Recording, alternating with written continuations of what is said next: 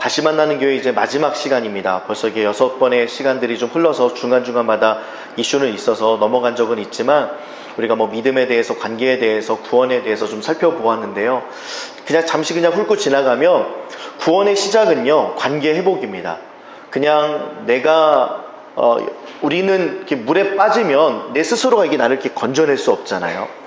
물에 빠져서 허우적거리고 수영은 할 수 있을지 모르지만 아무것도 붙잡을 수 없는 그런 환경 속에서 누군가가 나를 끄집어 올려놔야 되는데, 그 하나님께서 우리를 용서하시고 그 아들 예수를 보내신 것 자체가 관계 회복의 시작이었다. 그래서 구원의 완성은 존재의 변화다라는 것을 우리 밑에 부분을 좀 보면요, 우리가 예수의 그리스도를 영접함으로 이제 믿음이라고 하는 거, 지적인 동의나 아니면 의지적인 동의, 그런 것이 아니라 사랑의 관계 안에서의 믿음이 형성되는 거. 그래서 아버지와 어머니의 관계, 그 아버지와 딸의 관계, 아버지와 자녀의 관계 속에서 만들어지는 그 사랑의 관계 속에서 믿음이 자라나는 거 말씀을 드려서, 내가 믿습니다 해서 믿음이 믿어지는 것이 아니라, 그렇게 누군가가 나에게 강압적으로 해서 믿어지는 믿음이 아니라 그리스도 예수의 사랑 안에서 하나님께서 그 아들 예수를 보내신 것을 통하여서 만들어지는 사랑의 관계 가운데 만들어지는 그 믿음이 여러분들 안에 충만하길 소망합니다. 그래서 그런 사람은, 그렇게 영접한 사람은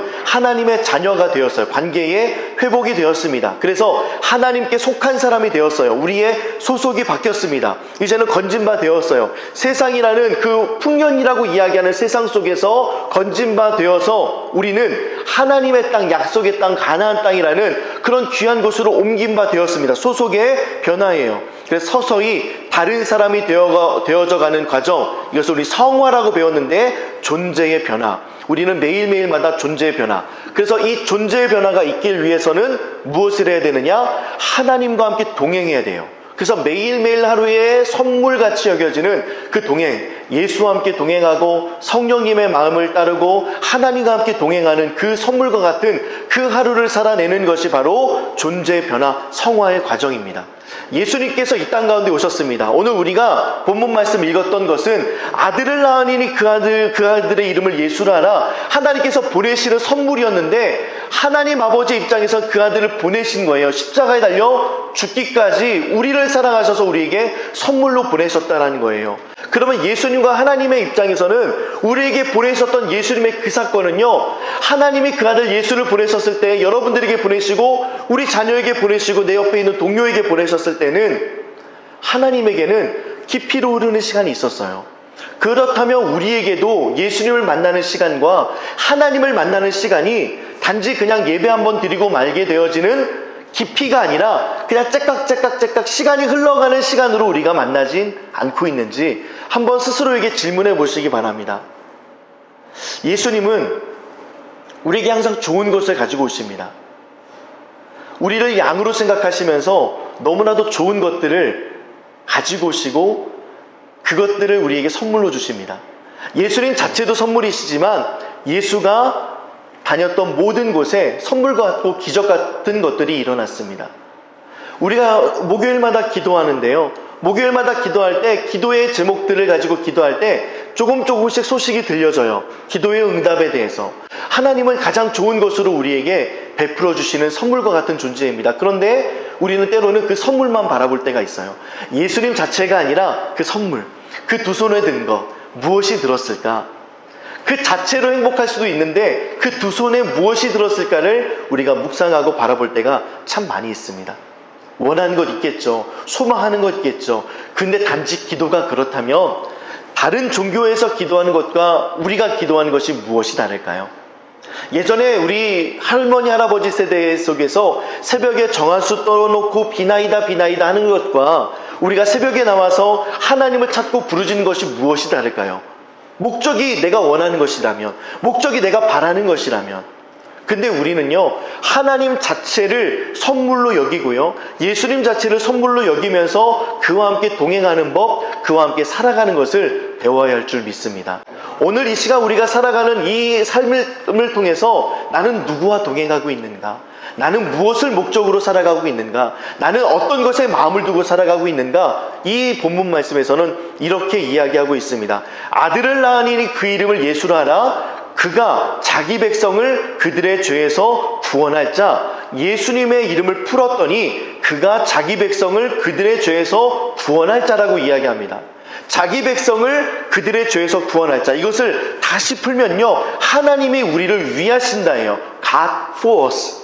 하나님께서 우리를 위하신다. 근데 하나님께서 우리를 위하셔서 그 아들 독생자 예수를 보내주시고 그 독생자를 통하여 우리가 구원받았다, 나 천국의 백성이에요 라고 끝이라면, 우리의 일상의 삶은요, 우리가 당신과 함께 동행하는 삶은요, 어떻게 해야 될까요? 그래서 성경에서는 예수님의 이름을 한 가지로만 소개하지 않고 두 가지로 소개하고 있습니다.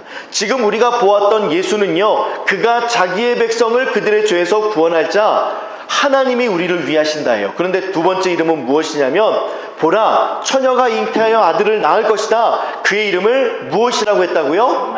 임마누엘입니다. 임마누엘을 번역하면요, 함께 우리 노란색 글씨 읽겠습니다. 시작. 하나님이 우리와 함께 하신다. 이것은요, God with us예요. 하나님이 우리와 함께 하신다. 이것은요, 구원받은 자의 신실하고 성실한 삶을 이야기해요. 하나님께서 우리와 함께 하시기 때문에 내가 누군가에게 사기쳐요, 못 쳐요? 칠 수가 없어요. 내가 어린 아이들을 양육하고 교육하는 부모예요. 아니면 선생님이에요. 그 아이를 대할 때 험한 말로 대할 수가 없어요. 왜냐하면 하나님이 우리와 함께 하시니까요. 내가 있는 자리에서 누군가에게 친절을 베풀 때 나의 양심이나 도덕적인 가치나 기준을 가지고 그들에게 친절하게 대하는 것이 아니라 God with us, 하나님께서 우리와 함께 하시기 때문에 나는 친절을 베풀 수가 있는 거예요. 그런데 우리에게는요, God for us밖에 없어요. 하나님께서 우리를 위하신다. 그래서 그 아들 예수를 보내주셔서 나는 그를 찬양하지, 나는 그와 함께 예배를 드렸어, 오늘 주일 예배 충만했어, 그래 나는 여기서 하나님께 예배 드렸으면 끝이야 라고 하는 것이 당연할 만큼이나 우리의 월요일의 삶이나 예배 이후의 삶은 너무나도 오늘과는 다릅니다.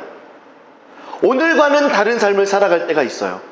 그런데 우리 주님과 살아갈 때는요, God with us, 하나님과 함께 살아가는 인생을 살아가기를 주의 이름으로 축복합니다. 구원받은 자의 신실하고 성실한 삶은요, 하나님이 나와 함께 계신다, 호람대오 안에 있습니다. 그래서 예수님의 이름을 두 가지로 분류해서 말씀하셨죠. 임마누엘과 그 이름 예수. 우리를 구원할 자, 우리를 죄에서 구원할 자, 내 죄를 구원해 내신 그 예수 그리스도의 십자가의 대속의 사건은 너무나도 귀합니다. 근데 이것만 묵상해서는 안 돼요. 이것만 가져가서는 안 됩니다. 우리가 그와 함께 어떻게 생활해야 될지, 내 말, 내 언어가 변해야 되거든요. 누구는 그래요. 그 사람이 회심했는지를 보게 되면 그 사람의 지갑의 회심을 봐야 된다. 저는 그 말도 맞지만 언어의 회심도 동일하게 생각합니다. 그래서 목회자들이 이 강단에 섰을 때 거친 말을 내뱉는 거, 저도 막 애엄마한테 조심하라고 막 이야기하고 나는 망했어요 막 이런 얘기 했을 때, 이런 얘기를 어떻게 강단에서 하느냐, 그래서 잘 안 하려고요. 언어의 변화가 필요하거든요. 거룩한 말, 좋은 말, 행복한 말. 누군가가 힘들어요. 아유, 내가 저럴 줄 알았어. 누군가 미안해 라고 이야기하면, 뭐가 미안한데? 죄송합니다, 제가 음식을 조리하다가 이렇게 손님 오세요, 너무 죄송해요, 변상할 거예요? 나는 우리들의 태도, 하나님과 언제나 동행하지 않다라고 생각을 하고 있는 우리들의 마음속의 기저에는요, 하나님이 우리를 위하신다 밖에 없어요. 나 구원받았으니까, 나 해결받았으니까, 나 죄사함 받았으니까 여기에요. 근데 하나님께서 우리와 함께 하신다라는 호람대오, 하나님이 우리와 함께 하신다는 생각을 하면서 동행하는 모든 삶에는요, 하나부터 10까지 다 걸려요. 모든 게 걸립니다. 학생들에게 대하는 거, 이웃 주민들에게 대하는 거, 내가 손님들의 물건을 패킹하고 포장해서 보내는 거, 또 내가 일하는 그 공간에서 사장님 눈치 보지 않고 행동하는 모든 것들, 하나님 눈치 보지 않고 하는 모든 행동들, 탕비실 부품 막 챙겨오고 뭐 이런 것들 있잖아요. 이런 하나하나의 것들이 하나님과 함께하는 우리들의 동행이 빠진다면 우리는 그렇게 사는 것이 너무나도 쉽고 당연합니다. 그래서 세상 사람들은 교회를 향해서 손가락질하죠. 걔도 진짜 하나님이 계시다면 여기에는 없을 거야 라는 손가락질들. 데살로니가 전서에 보면요, 이런 말씀이 있습니다. 한번 우리들의 목소리로 읽도록 하겠습니다. 시작. 예수께서 우리를 위하여 죽으사 우리로 하여금 깨어있든지 자든지 자기와 함께 살게 하려 하셨느니라. 여기 보면 위하여와 함께가 있습니다. 예수님께서 자신의 이름을 말씀하셨던 것처럼 여기도 위하여와 함께가 있어요. 예수님께서 우리를 위하여 죽으셨어요. 그러면 우리로 하여금 깨어있든지 자든지, 이 깨어있든지 자든지는 어떤 의미냐면요, 밤낮으로나 언제든지예요. 그러면 예수께서 우리를 위하여 죽으사 우리로 하여금 밤낮으로 언제든지 자기와 함께 살게 하려 하셨다.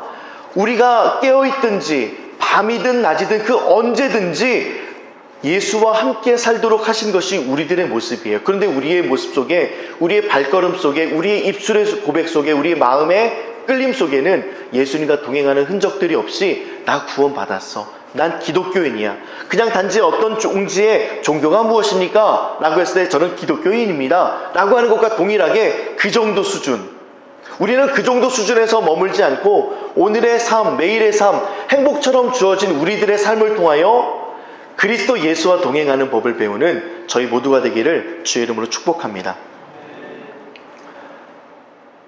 우리는 오늘이 참 중요해요. 과거나 어제가 중요하지 않습니다. 우리 과거에 예수님 만나신 분들 계시고요, 과거에 우리 주님과 동행하시던 흔적들, 또 많은 축복을 받으셨던 분들이 있어요. 과거에서 전쟁에 이겼던 분들도 계시고요, 과거에서 승리하셨던 분도 계십니다. 내가 옛날에 라는 말, 라떼 이런 얘기하면 우리는 벌써부터 그 이야기를 듣지 않으려고 애써 웃음 지어서 빨리 저 말을 끝내야 되는 텐데 라고 웃음 지으면서 그냥 웃어주는 척하고서 그냥 넘기잖아요. 과거의 일들은요 그래요. 왜냐하면 MSG도 많고, 그래서 군대 이야기, 축구 이야기, 이런 이야기들은 우리 여성분들에게 괴롭잖아요. 우리 남자들은 해도 너무 행복하지만 여자분들은 너무 많이 들었잖아요. 과거의 이야기들이에요. 현재는 그렇게 살지 않아요. 현재 내가 구보하지 않아요. 현재 내가 취침시간 정하지 않아요. 현재 내가 아침, 점심, 저녁 식단을 가지고 내 몸을 만들지 않아요. 나 전쟁하기 위해서 내 몸을 만들거나 전쟁을 위해서 준비하지 않아요. 근데 과거에 매여서 남자들은 현재 그 얘기를 하고 있죠. 신앙도 마찬가지예요. 과거에 묶여 있으면서 과거의 이야기들 많이 합니다. 옛날에 내가 그랬지. 그러면서 누군가가 막 뜨겁게 기도하면 그런 얘기를 해요. 저도 이제 옛날에 막 좀 목청이 워낙 크니까 그렇게 뜨겁게 기도하면 누가 이게 쪽지를 하나 그때 전도사 시절이었는데 전도사인지도 몰랐나 봐요. 쪽지 적어놔서 크게 기도하지 마세요, 방해됩니다. 이야, 이거 보니까 그 다음에 기도를 크게 못 하겠는 거예요. 마음이 눌려서. 뭐뭐 하지 마세요, 방해됩니다. 왜냐하면 우리 안에서 크게 부르짖고 하나님 앞에 나아가려고 하는 열심은 우리의 열심일 때도 있지만 하나님께서 그렇게 열심으로 이끌어 주셨을 때가 있거든요. 이끌어 주실 때가 있어요. 그럴 때 우리가 막 폭발적으로 하나님께 기도하고 나아가죠. 그것은 과거라는 거예요. 제가 그렇게 열심히 기도했던 건 과거였어요. 현재 오늘 우리는 그런 삶을 살아가고 있는가? 현재 오늘 예수와 함께 그렇게 동행하고 있는가? 현재 오늘 나는 그렇게 승리하며 살아가고 있는가? 현재 나는 하나님께서 주시는 오늘 이 하루가 가장 행복하다고 믿으면서 과거를 접고 밤부터 낮까지 일하시고 밤부터 새벽까지 일하시는 그 하나님의 손길들을 신실하다고 느끼고 성실하다고 느끼면서 그분의 손에 나를 맡기고 오늘 나에게 주어진 그 아침을 맞이하면서 주님 새롭게 살아보겠습니다. 주님 힘차게 살아보겠습니다. 주님 감사함으로 살아보겠습니다 라고 살아가고 있는지 한번 스스로에게 질문해 보시는 우리 라이트하우스 파주에 있는 모든 식구들 되기를 주의 이름으로 축복합니다. 어제의 승리가요 오늘의 승리를 약속하지 않고요, 어제의 간증이 오늘을 이끌어갈 수가 없습니다. 과거의 어떤 승리도요 오늘을 보장해 주지 않아요. 오늘은 오늘의 싸움이에요. 홍민기 목사님께서 진격이라는 책에서 쓰셨던 말이었어요. 우리가 오늘 이 하루를 너무나도 소중하게 생각하고 또 나의 인생을 예수님과 함께 동행한다라고 생각하면 우리는 말씀 앞에 좀 엎드려져야 됩니다. 말씀 앞에 좀 머물러야 돼요. 다만 30분이라도. 우리 영어를 배울 때 읽기, 듣고, 쓰고 말하기 이런 거 하잖아요. 계속 읽어요. 계속 말해요. 계속 들어요. 그리고 써요. 그러면 실력이 확 향상되진 않지만 어느 순간 향상이 되거든요. 다시 만나는 교회에서 이런 얘기를 해요. 말하기, 읽기, 듣기, 쓰기, 그 다음에 말하기. 하나님과의 묵상 시간을 이야기해요. 말하기는 무엇이냐면 하나님께 하루를 시작할 때나 여러분들의 가장 좋은 시간대에 그 저녁이 돼도 좋고요. 말씀을 펴서 하나님께 기도하라는 거예요. 하나님, 오늘도 당신의 말씀을 기대합니다. 오늘도 당신께서 나에게 어떤 말씀을 주실지 기대가 됩니다. 기대하는 마음으로 기도하는 말하기가 필요하고요. 읽기는요, 성경을 읽는 거예요. 그냥 내가 이곳저곳 그냥 요즘에 릴스나 아니면 뭐 이렇게 팡팡 올라오는 그냥 한 줄짜리 말씀 말고요. 우리는 이 하나님의 말씀을 가지고 있잖아요. 이 말씀을 장으로 읽는 거죠. 장으로 읽어내는 거예요. 단락별로 읽어내는 거고. 그렇게 읽으면서 되새김질하면서 듣는 거예요. 하나님의 음성을. 적용점을 무리하게 찾아갈 필요가 없어요. 오늘 나에게 어떤 말씀을 주셨을까? 이 레마의 말씀이 무엇일까? 여러분들, 레마의 말씀이 중요한 것이 아니라 로고스가 중요해요. 레마는 나에게 부딪혀지는 말씀, 이것도 중요하지만 로고스 자체가 하나님의 말씀이라, 예수 그리스도라고요. 예수 그리스도를 우리가 배제하고 나에게 부딪혀지는 말씀이 중요한들 예수가 빠졌는데요. 로고스가 먼저입니다. 말씀이 먼저고요. 거기서 부딪혀지는 말씀을 우리가 도출해내는 것이 레마의 작업인데요. 그 작업이 없어도 괜찮아요. 그러면 내가 말씀을 읽고 내 마음속에 하나씩 쌓이게 되면요, 내가 힘들거나 기쁘거나 어려운 일이 있을 때 그 말씀이 하나씩 올라옵니다. 그 말씀이 적용되어져요. 그러면서 내 입술로 고백하고 기도하는 것이 아니라 말씀으로 고백해요. 말씀으로 기도하고요. 이번 주 목요일날 시편 3편을 보았죠. 이 시편 3편은요, 다윗의 고백이거든요. 압살롬, 자기 아들이 반역을 일으켜서 너무나도 어려운 때에 다윗이 고백했던 시예요. 그 시가 어떻게 되었는지 한번 여러분들에게 잠깐 말씀을 드리도록 하겠습니다. 시편 3편에 정말로 많은 사람들이 나를 둘러치는데 그 많은 사람 중에 가장 아픈 사람이 누구냐면 압살롬이에요. 여호와여, 나의 대적이 어찌 그리 많은지요. 일어나 나를 치는 자가 많으니이다. 많은 사람들이 나를 대적하여 말하기를 그는 하나님께 구원받지 못한다 하나이다. 얼마나 힘든 말이에요. 자기를 배신했던 많은 사람들뿐 아니라 그 배신했던 사람들의 가장 앞선 사람이 압살롬이었어요. 이때 썼던 시입니다. 근데 하나님께 은혜 받았던 이 다윗은 어떻게 고백하냐면, 주님께서 나의 방패시고요, 나의 영광이시고요, 나의 머리를 드시는 분입니다. 내가 누워 자고 깨어있으니 여호와께서 나를 붙드십니다. 천만인이 나를 애워싸 진을 친다 할지라도 나는 두려워하지 않겠습니다. 여러분들이 이 말씀을 묵상하고 있어서 여러분들의 큰 환난이 있었다면 이 말씀이 올라옵니다. 이 말씀으로 기도할 수 있어요. 천만인이 나를 둘러치려 할지라도 내 안에 예수 그리스도가 있기 때문에 나는 승리할 수 있습니다. 나는 감사할 수 있고 이 성경을 넘길 수 있습니다. 이와 같은 놀라운 은혜를 경험하는 라이트하우스 파주 모든 식구들 되기를 주의 이름으로 축복합니다. 마지막으로요, 하나님의 말씀에 내가 엎드려지잖아요.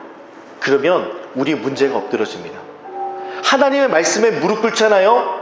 그러면 여러분들의 상황과 환경과 아픔과 문제들이 무릎 꿇습니다. 하나님의 말씀에 여러분들이 울잖아요. 그러면 여러분들이 생각하는 문제가 웁니다. 이게 하나님께서 우리에게 말씀하시는 방법이에요. 우리는요, 세상의 문제 앞에서 울어요. 그러니 그 문제가 나를 덮치죠. 세상의 상황에서 나는 무릎 꿇습니다. 그러니까 내가 무릎 꿇는 그때에 세상은 나를 짓밟습니다. 하나님의 말씀 앞에 무릎 꿇으시기 바라요. 하나님의 말씀 앞에 넘어지시기 바랍니다. 그 말씀을 잠잠히 펴서 말하고 읽고 듣고 쓰고 말하면서 여러분들의 마음을 들으시기 바라요. 그러면 하나님께서 그 문제가 하나님의 손안에 있다는 사실이 여러분들에게 발견되어질 거예요. 그러면 여러분들은 그렇게 기도할 것입니다. 하나님께서 모든 문제를 해결하셨습니다. 하나님께서 나와 함께 하십니다. 하나님께서 나와 동행하시는 것이 확실합니다. 그 가디러스가 여러분들의 삶을 이끌어가는 귀한 삶을 살아가는 저와 여러분들 되기를 주의 이름으로 축복합니다. 한번 따라해 볼까요? 동행. 하나님의 말씀 앞에 여러분들 동행하십시오. 하나님의 말씀과 함께 여러분들 걸어가십시오. 하나님의 말씀과 함께 여러분들 뛰어가시기도 하고요. 하나님의 말씀과 함께 여러분 잠깐 쉬었다 가기도 하세요. 하나님의 말씀 없이 우리가 걸어갈 때 가장 불행한 거 아십니까? 그래서 다시 앞으로 넘어가면 하나님과 함께 하지 않은 모든 행동들은요, 흉년이에요. 그런데 내 삶이 흉년일지라도 하나님의 말씀 앞에 내가 무릎 꿇고 엎드리면요, 하나님께서 그 흉년을 무릎 꿇리십니다. 그 흉년을 넘어뜨리십니다. 그래서 우리가 고백합니다. 하나님, 이거 어떻게 하셨죠? 눈을 들어보니 하나님께서 다 하셨어요. 하나님과 함께함이 흉년입니다. 여러분들, 그것이 여러분들 마음속에 가슴 깊이 자리 잡는 시간 되기를 주의 이름으로 축복합니다.